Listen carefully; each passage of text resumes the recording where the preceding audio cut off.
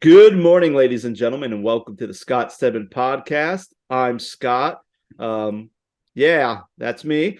And with me is my co-host Micah. Man, I hope you know what your name is as many times as we've done this. I know.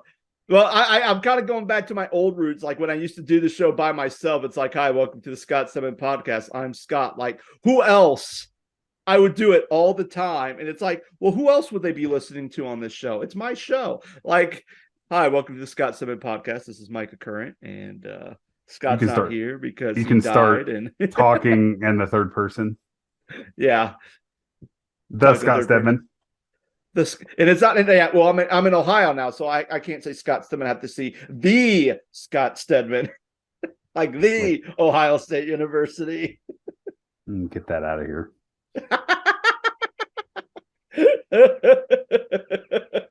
The Miami University.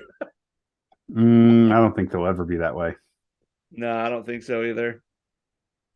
All The right, but University of Cincinnati.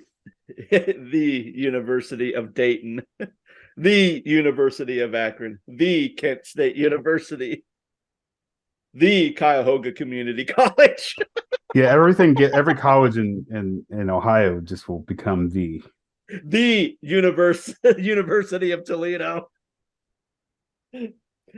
Yeah, shout out from what colleges you are if you're listening to this, so we can put the in front of it. But we have a great show for you today, a great topic. But before we dive right into that topic, stories gone wild.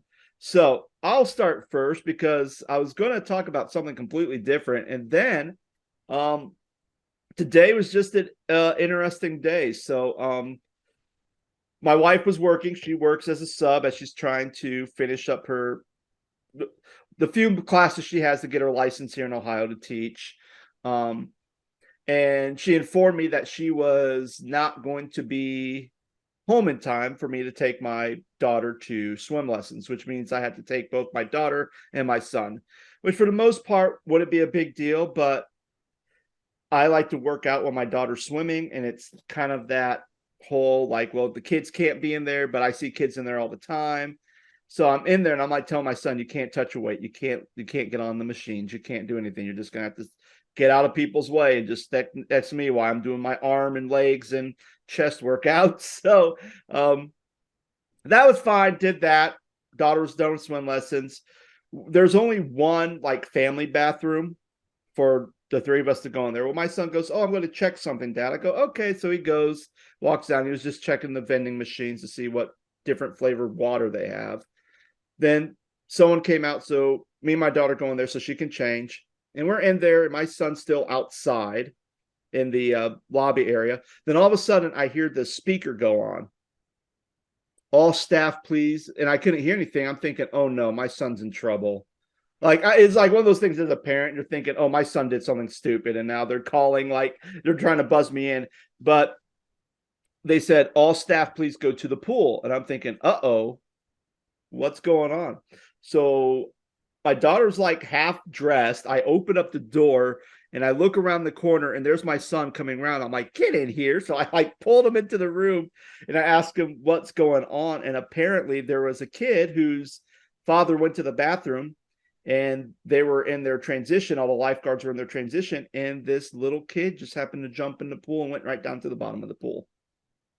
And luckily someone saw him, grabbed him, pulled him up, started doing CPR on him. They called fire squad, everything. And we are leaving to get in the car and I'm hearing the sirens. But by the time we got everyone in and drive out, there was literally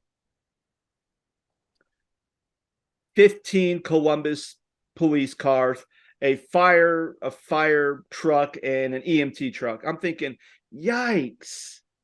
So I don't know how severe or how serious it was or what happened, but it was crazy. And I don't know. It was just one of those things where you just think everything's going normal, and then all of a sudden your heart kind of stops because you hear that thing and you're like, oh, my son's getting in trouble. And then you hear pool, and then you start hearing what happened, and you're like, oh my gosh, like I'm glad it wasn't any of my kids, but that's scary. That was some scary stuff. Hmm. So yeah, so not necessarily crazy or wild as like something insane happening, but just kind of how quickly things can turn in an instant. And for the dad who, I just need to go to the bathroom real quick, I'll be right back. And next thing you know, he's going in there and it's like they're like doing chest compressions on his son to get all the water out and doing mouth to mouth on him. Like that's man, can't imagine that. Yeah. I don't know if I could top that. Well, it's not about topping, but yeah, it's No, kind no, of no. I like mean, like maybe I should literally, have. like it's like I mean, it's like a serious thing, right? And It then like, is. well, first I thought that's not where I thought the story was going, right? Yeah, I thought you were going to say that you were at swim lessons with your daughter and Peter fell in the pool. yeah, That's where I thought it was going. yeah. And Somebody fell in the it took a really severe turn. somebody fell in the pool that wasn't supposed to, and it wasn't Peter.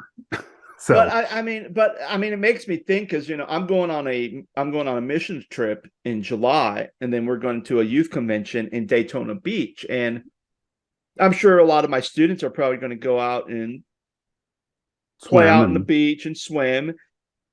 And there is that concerned part of me that's like, okay, like undertow's a real thing, and how, again, like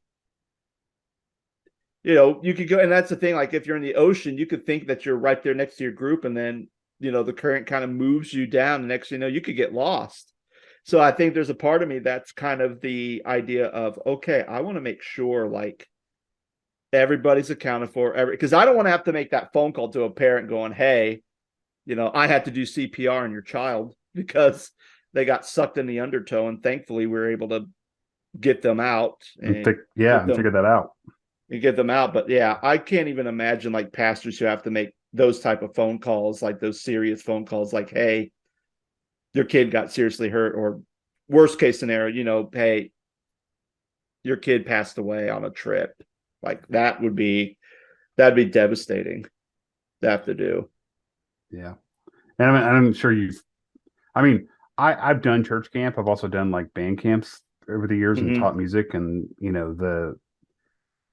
the amount of times where we've had to take a kid to the emergency room because they sprain their ankle or something crazy happens, right? Like Yeah. you have to call the parents and let them know what's going on, because I mean it's their kids. You're basically responsible for their kids. Yeah, absolutely. So same at church camp, and that's why we have nurses that kind of hang out for the week and can kind of serve as a first point of contact when something like that happens. But wow, I'm glad the kid's okay. Yeah, me too. Me too. Um, uh, I guess my story, for those of you that listened to last week's episode, I shared about the church that my wife and I have been attending, which is the local church, Presbyterian church in town where we live. And so we've kind of landed there for a season and just want to go to church and hang out and, see what God has for us during the season and, in the future. And I shared last week about the hand sanitizer. Scott, do you remember that story? I do remember that story. Yes. So we, I share that story and just kind of doing a quick recap. I went to the bathroom last week in search of a tissue, and I came back. I saw a hand sanitizer dispenser. I put my hand under it, and not thinking about it, I rubbed my hands together like you would if you got hand sanitizer. And I was like, man, this seems like it's not sanitizer. And turns out it was hand soap, right? And so I rub my hands together, it gets real sudsy. I go back to the bathroom, rinse my hands off, smell my hands, and I'm like, this has got to be hand soap. This past Sunday, we're walking out of the sanctuary, and I'm talking to the pastor and his wife, and they're like, how are things going with you guys? We're so glad that you're here. We're so glad that you're visiting. I'm so glad that you decided to just hang out with us for a bit. And I said, Jason, can I tell you something? He's like, sure. Jason's the pastor. And I'm like, I love you. And the story just, we're walking out of the lobby, and we walk by the hand sanitizer dispensers, and I was like, I've got to tell you this. And he's like, what's that? And I was like, well, my friend Scott and I do this podcast every week, and we have a segment on the podcast called Stories Gone Wild. And he's like, oh yeah? He's like, what's the podcast about? And I tell him it's like theology and religion and leadership and all these things. And I was like, well, we do the segment at the beginning where we crazy things we've seen in the church or in life or whatever. And I was like, I actually shared about your church last week. And he was like, oh yeah, what did you say? Thinking like it was bad or something. And I was like, no, it wasn't bad. It was just, I shared about my experience last Sunday. And I said that, I went to the bathroom during service and I came back and I used this, what I thought was sanitizer. And I'm convinced, Jason, that it's hand soap. He was like, really? And I was like, check it out. And like, sure enough, he lifted the lid and he looked inside and he was like, oh yeah, that's hand soap. He was like, there is no way this. So he walks into the men's restroom. This is a smaller church. The building's not very big. So he walks into the men's restroom and there's like this cabinet with all the cleaning supplies in it. And sure enough, he pulls out the hand soap and it matches the color that's in the hand sanitizer dispenser. Oh, wow. And so he just thought it was he texted me later that day and he said he listened to our episode from last week and he was like, that is absolutely hysterical. He thought it was funny. He thought it was hysterical that somebody put hand soap in the hand sanitizer dispenser. Yeah. That's funny. He was like, I'm gonna empty those out this week and put hand sanitizer in. Yeah. That's like, but goodness. Yeah, it was just I got confirmation that the dispensers were actually dispensing hand soap instead of hand sanitizer. So we've cracked the case. Everything's good. I think by next Sunday we'll have actual sanitizer in the sanitizer dispensers. And you don't have to lay awake at night wondering, was it just very coagulated hand sanitizer? Was it hand soap? I was 99.999% sure that it was kind of like how hand sanitizer is 99.99 kills germs. But he and his wife thought that was just the funniest thing that somebody would put hand soap. Wow, that's hilarious. Yes. That was my story. It was actually a continuation. I don't know that we've ever had continuations of stories from the previous weeks, but it was to be continued last week. I cracked the case. Well, speaking of continuing stories, back in episode 175, we had that episode where we talked about the worship leader trademark and kind of how, the weird things that happen and how worship leader, the brand or the magazine happened to be targeting other social media pages that had worship leader in them and just kind of shutting them down, and people are losing their YouTube pages and stuff. Well, just probably on April 24th, so we got a couple weeks back, there was a written apology that says, dear friends, for the past 30 years, we have sought to serve, equip, and encourage leaders in the church. Recently, some of our actions have caused a distraction from the mission of living in the fullness of Christ together in all things. We are sincerely sorry, deeply regretful, and ask forgiveness for any of these recent actions, which for some have created confusion, disappointment, hurt, and disunity. We want to speak blessings in life to the people and ministries that were affected by our actions and pray for healing, restoration, reconciliation. You can read our full statement. Please visit the link in our bio. Okay. There we go. However, it seems like even after that apology, there's been some people who have kind of pointed out some certain things. For an example, one person wrote, why have you started blocking people who question the next steps after your apology? It comes across as the apology not being authentic. We also see people who are still kind of saying, well, you're apologizing, but when we address this issue, you kind of ignored it and you put out a statement saying, don't worry, we're not doing that. And there's other people saying, yeah, you have, because our sites have been taken down and people being blocked. And it's, I think people just, a lot of the, and that's the thing, like a lot of times people are saying, well, hey, thanks for the apology. When are these people's pages going to be restored? Is there a timetable? When's all that going to happen? And there's just been no response since the apology. So, yeah, wow. Like, that's wild. That itself is just a wild story, because it's wild that there was even people's pages being shut down because of the worship leader trademark. And B, they're seeing how much it's causing damage. And then when there's more accountability or they're asking questions after an apology, either they're blocking people or they're staying silent. And it's kind of like there's a lot of mixed messages being sent off from how people are perceiving this. So I guess if we find anything more, if there's more stuff that's coming out of it, we will let you guys know in a future episode. But that's kind of what's been going on with that worship leader controversy that we talked about a few weeks back. So wild, man.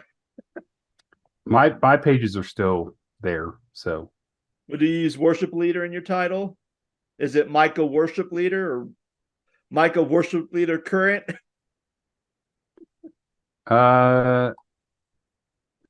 Worship pastor. Worship pastor. Oh, well, then there you go, because it says pastor, not leader. So I think you're fine. Okay. Because that's not trademark. I think all my social handles say Christ follower or worship pastor thing. It doesn't say anything about leader. Yeah. So that I think that's why you're safe, because you haven't used the L word, leader. Well, I do have credentials that say pastor in the certificate. Yep. So Goodness. All right. So today, as some of Mike and I have talked about, I don't know if we've actually talked about it actually on an episode or we talked about it off air, but Mike and I are really into wrestling. And not like professional wrestling, meaning leg drops, elbow drops, Hulk Hogan, Stone Cold Steve Austin, Sami Zayn, whatever, WWE, AEW. I watch some New Japan Pro Wrestling. Don't really watch NWA or Ring of Honor, but yeah, we kind of watch wrestling, and we watched WrestleMania. That was probably a month ago, was WrestleMania at the beginning of April. And Backlash is actually this weekend. So Backlash. We'll see how that goes. But yeah, and one of the things I've noticed with especially the most recent product of wrestling is how they've done a lot more of longer, more engaging storytelling than they have done in the past. Growing up as a kid, you know, I vaguely remember the whole Macho Man, Hulk Hogan, when they were the I forget the name of their tag team, but where there's that and the Love Triangle, Mega Powers, and Miss Elizabeth. Like, okay, that was a storyline during the Attitude Era. I think the biggest storyline was basically the Monday Night Wars, and you know, I would flip the channel between WWE and WCW, and you know, if I was getting bored on what was on WWE, I would go over to WCW, and I would just, you know, I'd have those programs set, so I just had to hit the one button that would flip between those two channels, and I would just keep doing that on Monday, and that was like my entertainment on Monday night. But we've been seeing kind of more. I feel like I have to share about that, but like, so I did the same thing in the 90s, but like, I remember that WCW Monday Nitro was 3 hours at one point, and it was like from 8 to 11, and then WWE started, WWF at the time, started at 9 and went 9 to 11, and I would always watch the first hour of WCW, flip on Raw, I would record Nitro on a VHS, Scott, dating myself, and then when Raw was over, I would go back and then watch the other 2 hours of Nitro. So I would be up till 12:30, 1 o'clock in the morning on Mondays when I was, you know, and then go to school, and then go to school tired on Tuesday. Yeah, but I've appreciated some of the longer storytelling that they've been doing, and not just the thing with the bloodline, but there's been some other things too that, you know, they drop little seeds here, and you kind of see some of these bigger things. Or sometimes, I know when they had the whole Kofi Mania thing and how he was going against Randy Orton, and they kind of brought back, you know, when Kofi was supposed to be messed up a punt kick or something, and Randy Orton hits him with the RKO and he calls him stupid in the ring, and kind of, you know, delayed Kofi's push, like, you know, back whenever that happened, like late 2000s. And I've been thinking about that and looking at the idea of storytelling, and not only storytelling, but how do we as pastors craft our messages in a way that that convey the truth of the gospel, but also get the people that you're proclaiming it to, your audience, how they can be connected and stay hooked to kind of the journey you're taking them. And so I want to kind of talk about more of crafting a message and crafting a sermon in a way that engages people, but then even the idea of how do you craft something that kind of pulls people along for a journey, maybe like a series or something, or maybe you're doing this big 6-month journey through the Bible and you're kind of taking people along. And how do you keep people engaged when you start taking them on these long journeys through a Sunday morning message? Lots to unpack there. I'm throwing everything out and we're just going to sort through it. Sure. So a couple of things. One, yeah. Huge wrestling fan. I've been watching since, I think, Scott, you're a little bit older than I am, but like I started watching right before WrestleMania 12 and the build to the Shawn Michaels Bret Hart Iron Man match. I think it was right around 1996 was when I really broke into watching wrestling. And I find it interesting that, you know, we grew up through the Attitude Era, the Ruthless Aggression Era, like late 90s, early 2000s, and like pop culture was just on fire in the 90s, and wrestling was like right in the center of that. And the stories, like everybody that was on the show had a purpose. It didn't matter who you were, didn't matter if you were champion, if you weren't, if you were a tag team, if you were a singles act. It was just everybody had a purpose on that show. And I watched all the way up through the early 2000s, and then I kind of fell off in right around 2000, I don't know, 12. And I stopped watching for 4 or 5 years up until 16. I would catch it here and there. And then I started picked it up in 16 again and started watching again. But your comment about the long storyline or the story themes that they're trying to portray, I've kind of got mixed feelings about it. I'm a big, like, we live in this instant gratification TikTok generation, Facebook reel, Instagram reel world where everything is kind of like at your fingertips, and it kind of gets boring after a while. I've never been a Roman Reigns fan, ever. Like, even when I think if they would have pushed him as a heel to begin with, it would be a different story for me, and I'd have a different opinion. But I don't understand why they're doing this long term. He's got to be undefeated for 3 years and never lose the title, and it's like that for me is just, we can talk about that for hours. Yeah, but I think it's that slow burn that you're talking about. And I think it's the idea of like, okay, how can we keep people invested? How can we keep people wanting to watch more and be involved in these storylines on a weekly basis?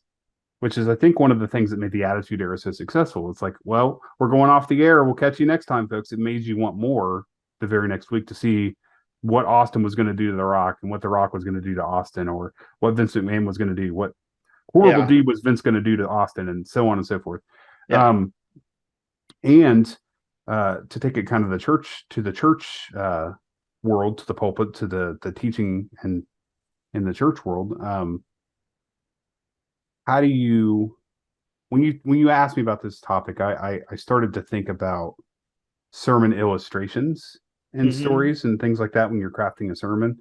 And my brain went straight to like cringy, right?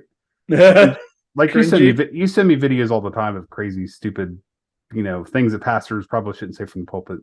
But for me, I'm thinking of being a pastor's kid. And I can't tell you how many times my dad would use this as illustrations, whether that was good, bad, teasing, not, whatever. And should have been used as a sermon illustration. Like, as a kid, not knowing what was going to happen, like I had no idea in real time what that was going to be like, and then maybe even the long-term effects that had on me growing up. I don't know if that's kind of the direction you wanted to go, or one of the directions you wanted to go. Well, I mean, I think that's the thing. And I mean, going back to the whole Roman Reigns story. Yeah. The whole Roman Reigns part, that's part for me is not as interesting as it was getting. It was more interesting when you started to see kind of Sami Zayn come in. Like that was kind of adding another character into that whole thing and kind of building that up, and everything else really started to build some interest to something that was going stale. So, how do we get a story that's kind of going stale? How do we add some more stuff? Well, let's add this in. Let's add this relational thing. So now that's kind of paying itself off, and it's not necessarily Roman story, but it's more of the Usos and them and how that's connecting. So you have almost all these different stories that are kind of connecting to this big mega story. So that's what's big, making it more interesting, even though the whole I'm having this belt and no one can beat me and blah, blah, blah. Like even that was kind of like, I'm not really concerned about that. When I think about crafting a sermon in a way that keeps people enticed for so long, I look at Jesus, because when Jesus would preach, a lot of times he would start preaching. We look at the Sermon on the Mount, and he's telling people, here's what the kingdom of heaven is like. And he's going, but then eventually he gets to the point where now he's teaching parables. And he's telling stories, and people are listening to these stories, and they're enticed by these stories. And they get into these ideas where they understand these stories, where now they're being won over to understanding what it means to be a kingdom person through these stories. In my experience, there's times where I was trained a lot of times to do a lot of the exegetical work. So a lot of times my earlier sermons were basically, hey, here's the scripture, here's my 3 points. And then I start giving all this information, background information, social economic history. I'm giving all this information like it's a lecture. And I find it fascinating. And some people in my church found it fascinating. But after a while, it got boring, because I don't think people want to sit there and listen to a lecture. They want to listen to a message that hopefully can inspire them and move them and instruct them to how to live their life, or how to navigate certain situations or certain topics that they're dealing with. So with that being said, my whole approach to writing sermons have been more of finding things that people can connect to, finding stories that my target audience that I'm speaking to can understand and engage, and help them be able to see how God is moving in their midst through that. So sometimes a series helps. If you have a certain series, like I did a series on mental health one year and really talked about mental health and looked at scriptures on what scripture says about things like depression and anxiety and all that stuff. But one thing I've been even playing with is, how many good sermons can a pastor preach in a year? And I asked that question, how many like good sermons? And by good, I mean, people are engaged, people are listening, people are focused, they're not tuned out, they're really engaged into the message that's being portrayed. Like, how many good sermons can a pastor preach? And I think, if we're honest with ourselves, I don't think it would be 56. I think it would probably be less than that. 56. Well, how many, or 52? How many weeks are in a year? 52. 52. Yeah, see. So you must be counting like Good Friday, Christmas Eve. Yeah, well, think about it. Like, I think in some churches where they have a lot of those extra holidays, like, if you are preaching a Monday, Thursday, a Good Friday, maybe you're doing like a somber Saturday, maybe you are preaching a Pentecost message, if you're doing an Ash Wednesday service. So I think, you could, yeah, thanks, yeah. Or we've done like I know the church that I work at now, they've done like a blessing of the pets, where they've done a message and they've encouraged people to bring their pets, and the pastor prays over them and bless them. Like okay, well, that's another message and sermon that the pastor has to write and orientate to a group of people. But yeah, so I asked that question about, how many good sermons can one preach? And I think the idea of that I'm kind of concluding with is, if you want to engage people, if you have an idea for a message or a theme, like, I don't know, like dark or whatever the theme may be, it could be just like, as the lead, you could preach like maybe one or two in that series, and then have your other staff preach, or maybe have a elder or a church member who may have had the type of topic is something that they've dealt with, and they can share kind of their personal experience about a particular topic that fits within this series. And I think that allows more voices to communicate to a similar topic or a similar theme that's going to keep everybody engaged and enticed. Yeah, I think it's an interesting question when you I mean, you could probably answer this more than I could, but how many good sermons could you preach in a year? How many good sermons can you write in a year? And you could take it a step further. How many good sermons have I wrote that are great but aren't preached well? Yeah. Right. Or vice versa. How many sermons that I wrote weren't great, but they turned out really well just because of the way that I prepared them. I don't know, 52 weeks in a year. I don't know, maybe 10% of your sermons are great, maybe 5. I don't know. I really can't. Like, how often did you feel just like, man, I just felt really good, like I knocked it out of the park today? Yeah, and I think pastors would know, because I think there's times where when I preach, well, that was the thing. Like, I preached last Sunday. And that was the first time I preached a sermon in probably about a year and a half, 2 years. And I wrote my first draft, and it was garbage. Well, you preached at Capital University last year.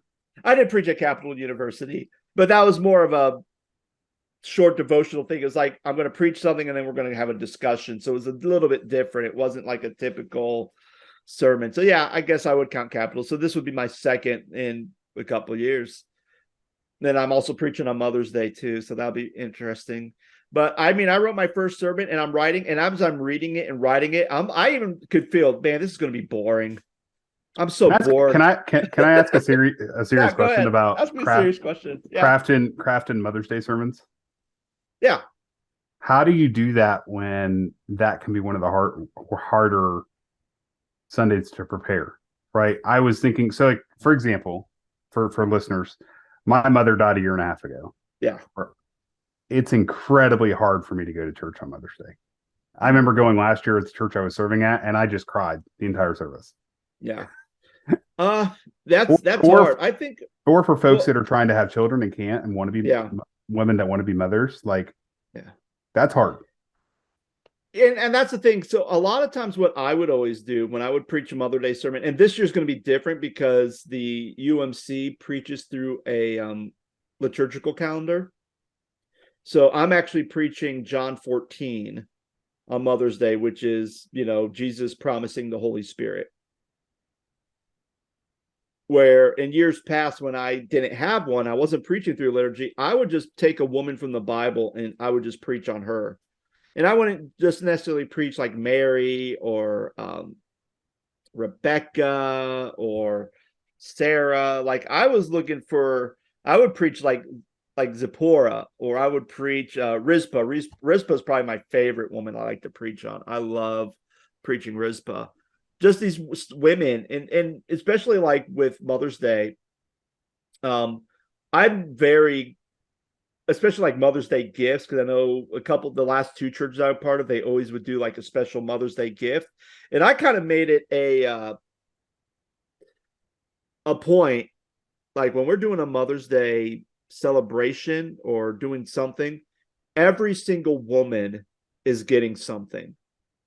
And I don't want to get something that has like, oh, thank God for godly mothers or something like that. Like, I want to find something that says something about, woman of God, or something that doesn't necessarily say mom on it.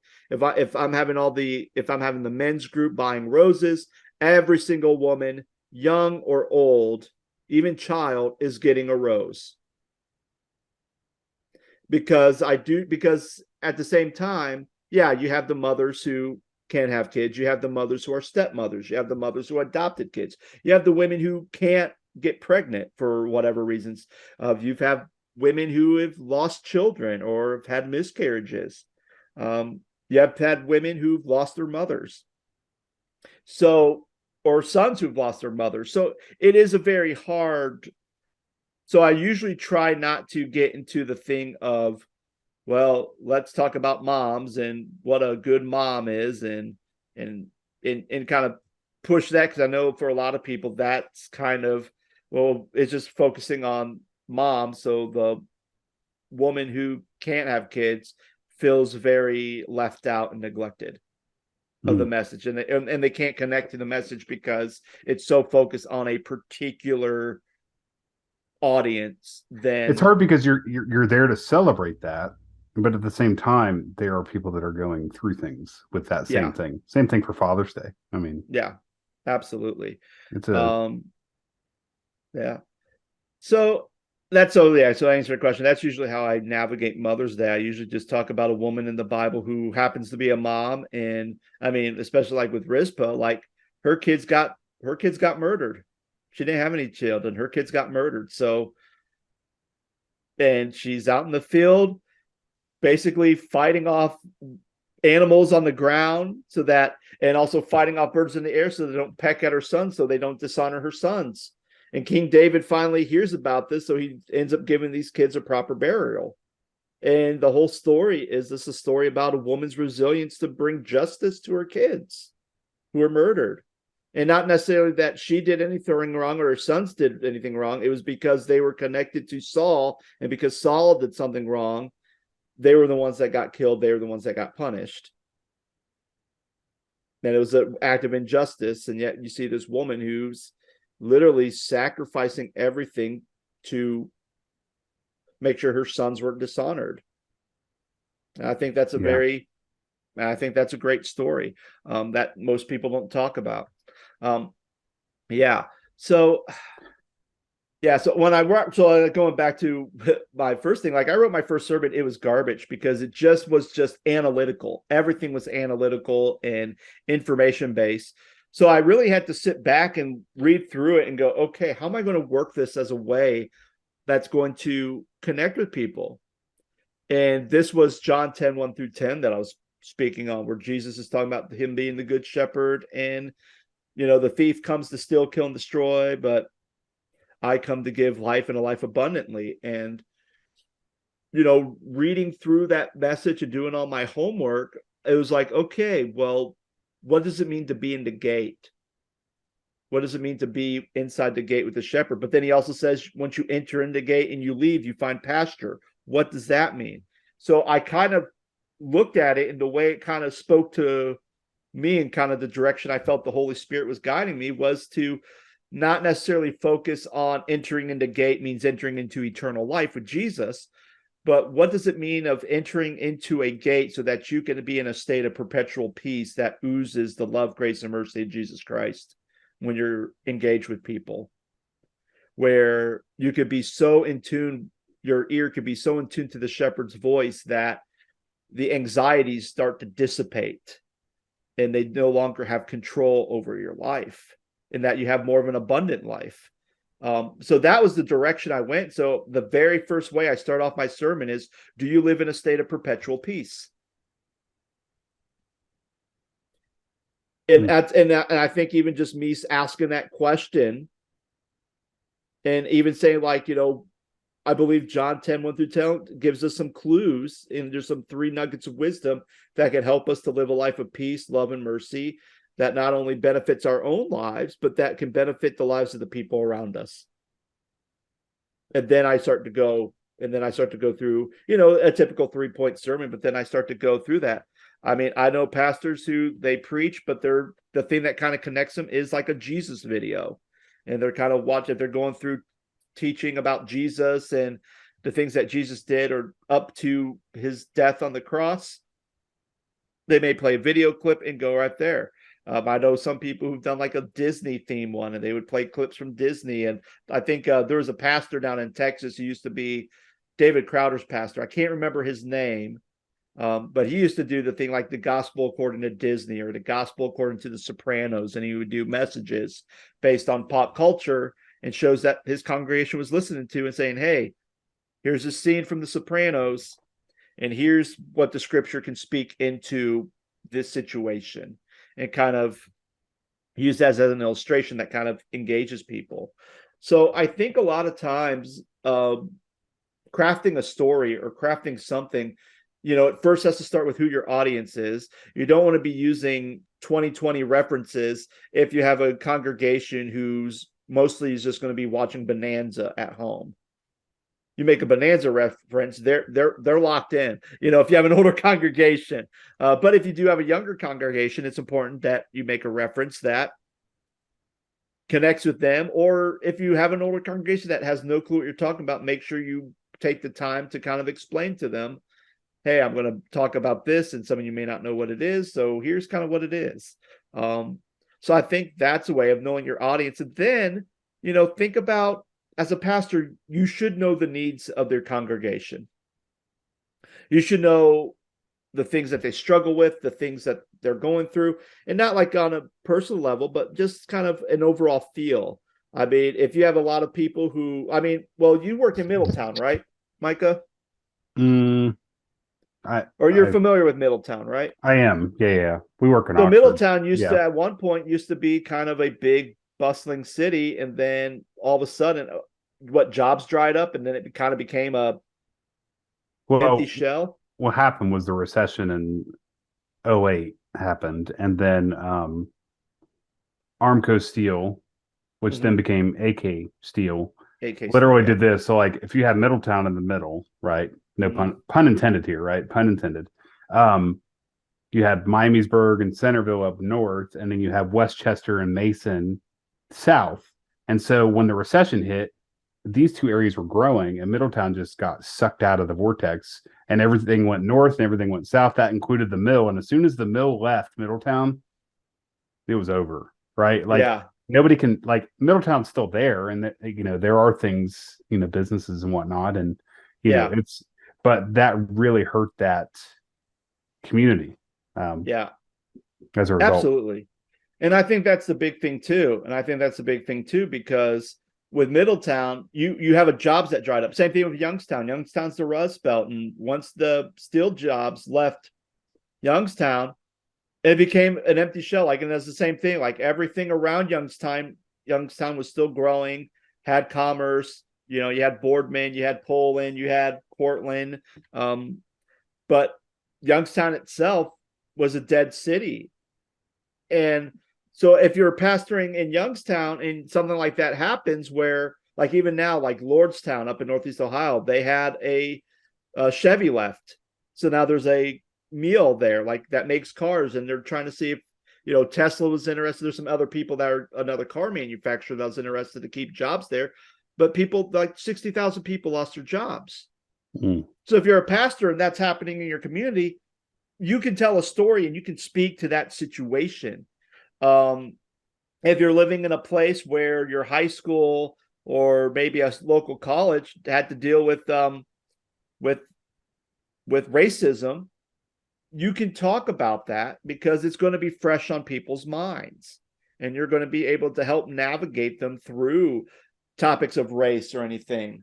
So I think in the end, if you want to do long-term storytelling and it really entice people to really engage with the message you're getting, you don't necessarily have to be entertaining in a way where you have to have the bells and whistles, but it's more of really talking and communicating to some of the deepest worries and longings in their life, and just being able to navigate them in such a way that not only are they tuned in, but then they're able to learn something to apply it into their own lives so that they too can be able to have a sense of hope when they leave your service on Sunday. Well, I think too, like you said, I had a pastor friend of mine years ago say, you just have to know your audience. And what he meant by that was when I was taking a preaching class in seminary at the time, and he was like, you don't want to write an hour's worth of material for, let's just use the example of, youth ministry or children's ministry, young adult ministries, like in the younger generations of the church, they're going to check out 15 minutes after after you start preaching, because they're bored and they've checked out, and you've over prepared for what, you know what I mean? Like you've over prepared for uh, your audience. And if you've over prepared and you're speaking over their head and you're not relating to them, then, same thing you said, Scott, about the situation where uh, the car company left the community. And so you can use that as a sermon point, right? Like, Yeah. it's knowing your audience and engaging with what's going on in your community. I also think too, like, you have to be creative in your brand and in your culture and your mission statement. And I reference Crossroads a lot Hmm. on our time, during our times together. But they're a church in Cincinnati. They're a larger church in the country. Multi-site campuses, 35,000 people go every weekend to their multiple sites. But they were really about this adventurous life as their brand, and adventurous Hmm. life as their mission statement. And their purpose in writing their sermons has always been, we're going to be strategic in, who is our audience, how can we relate to what's going on, different things like, uh, what are the most intriguing things going on in society right now, right? Um, right now they're in a series called Discover the Power of the Book of Acts. So they're doing a series on the Book of Acts, Discover the Power. Yeah. And other series they've done, Good God Stories. That's another one. Action leads to growth. And so, like, they're Hmm. very strategic in what they preach and why. Uh, Find Your Way Home, the Book of Genesis, and it was basically on the story of Adam and Eve all the way through Joseph. And so they're very good at, like, okay, this is how we can relate to what's going on in society. And for me, I've preached, not nearly as many times as you have, but I've written sermons, and I try to do the 3 points thing, and I try to craft the intro, the 3 points, what my text is, a conclusion, and kind of a prayer, like the basic model. But I've always found it interesting, speaking of generations, how we can generationally speaking, who's speaking, if that makes sense. Yeah. Generationally, like, let's just say your dad or my dad's speaking at a church. Hmm. They may preach 35 or 45 minutes. But I went to seminary at Anderson, and I went to chapel, and whoever spoke 20 minutes, and that person had a PhD, but they weren't a lead pastor at a church. It Yeah. always amazed me, like, the timing and, like, how long certain people preached and why, based on the demographic, based on where they were, based on the venue they were preaching in. But it's almost like there's this expectancy to preach longer in different situations, where if you can get your point across in 20-25 minutes, then that should be good, right? Hmm. I don't know. Yeah. It's there's no, like, in my opinion, there's no perfect science to writing a sermon or using illustrations. Like, I told Yeah. Jordan, our friend Jordan Halstead, uh, a sermon series idea I had a couple of years ago called the Infinity Stones. Like, you could Mm. relate the Infinity Stones to what's going on in the Marvel Cinematic Universe, and there's 6 different stones, and you could do the Power Stone, the Mind Stone, you could talk about the Power Stone, and you can run it parallel with the power of Jesus Christ and the power of the blood of the Lamb, right? You Yeah. could do the Mind Stone and talk about overcoming anxiety and depression, and talk about different Bible characters that struggled, Or right? even Romans 12 too, the Right. transforming of your mind. And Hmm. you could do the Time Stone, time marches on, run it and so on and so forth. Hmm. And it's just, how can you relate? And I think that's where a lot of people are missing it today. Like, if you want people to come to Jesus, and you want people to know the gospel, and that you want people to know Jesus Christ, and really have that relationship with him, you're going to have to relate to people where they are. they're not going to understand, Scott, like you were saying, no offense to what you're saying just a few minutes ago, but like you're saying, man, I over prepared for this message, right? And I have my 3 points and I've got this text and I've got an hour long of exegetical preparation that's going into this amazing message that I'm about to preach. I guarantee you that if the drug addict walks in your church, they're not going to know what the word exegetical means. Exactly. Right. So you have to relate to them. Yeah. Right. You have to say, you know what? I don't know. What's a good illustration? Peter was a screw up, right? Like Adam was a screw up, right? Like that we all make mistakes. And so this is how you can relate to them and bring it down to their level. But again, there's no perfect. I don't think there's a perfect way to write a sermon, and I think everybody does it differently, and everybody prepares differently. Yeah, absolutely. So illustrations are not. Yeah, yeah. So I think, friends. As we're wrapping up, what are your thoughts with how do you prepare sermons? Is any of this helping? Do you know your audience? Or maybe your culture? Maybe have a church that's full of Bible scholars, so you have to do the whole exegetical. Preach 3 hours because you're breaking down every little tidbit. And every time you walk in on a Sunday morning, it's like going into a lecture hall where some of you're probably ministering to pimps and prostitutes and drug addicts. So the way you prepare and how to engage that audience is completely different. But whatever your audience is, it's always important that we're always knowing who they are, knowing their concerns, their needs, their wants, and just be able to see how the gospel, how the scriptures can really speak to their lives as we prepare and write and do multiple drafts to really get to a place where you say, okay, this is the message that I believe is really going to impact people. And again, if you can get behind your message and you're like, man, I'm very excited about it, then it's going to show when you present it. If you're just like, well, it's another sermon, here we go, like then it's definitely going to fall flat because you just, you're just like, well, it's just another day, it's another Sunday, so let's just get it done. But friends, thank you so much for listening to this Scott Stedman podcast. I hope you all have a wonderful rest of your week, and we'll be back on with another episode. Take care.